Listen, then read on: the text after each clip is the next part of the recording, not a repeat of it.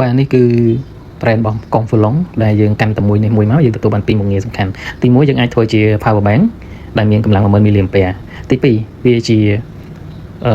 Wi-Fi ប្រើ SIM អញ្ចឹងយើងដាក់ SIM ចូលទៅក្នុងហ្នឹងទៅយើងអាចលេង Wi-Fi បានឬមួយក៏យើងទៅកន្លែងណាឆ្ងាយដាច់ស្រយាលយើងអាចដាក់ SIM ទៅយើងអាចប្រើបានឬមួយក៏យើងទៅក្រៅប្រទេសក៏យើងមិនហត់ដោះ SIM ចេញពីទូរស័ព្ទដៃយើងដែរយើងដាក់ទៅ SIM ចូលនៅក្នុងហ្នឹងទៅគឺយើងប្រើបានហើយព្រោះវា support បានគ្រប់ SIM